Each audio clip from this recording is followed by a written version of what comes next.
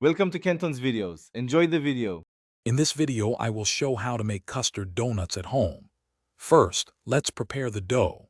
Start by activating your yeast in warm milk with a touch of sugar.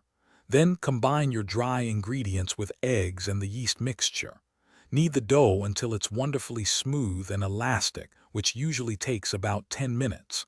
Finally, let it rise in a warm spot until it doubles in size, typically 1 to 2 hours. Next, we'll create that luscious custard filling. In a bowl, whisk together egg yolks, sugar, cornstarch, and a pinch of salt until smooth. Gently heat your milk with vanilla extract in a saucepan.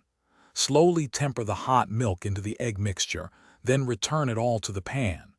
Cook over medium heat, stirring constantly until the custard thickens beautifully. Chill it completely before using. Now for the fun part, shaping and frying. Gently roll out your risen dough to about a half-inch thick. Use a round cutter to create your donut shapes. Place them on parchment paper and let them rise for another 30 minutes, which gives them that airy texture. Heat your oil to 350 degrees Fahrenheit and fry the donuts for about 1 to 2 minutes per side until they are a beautiful golden brown.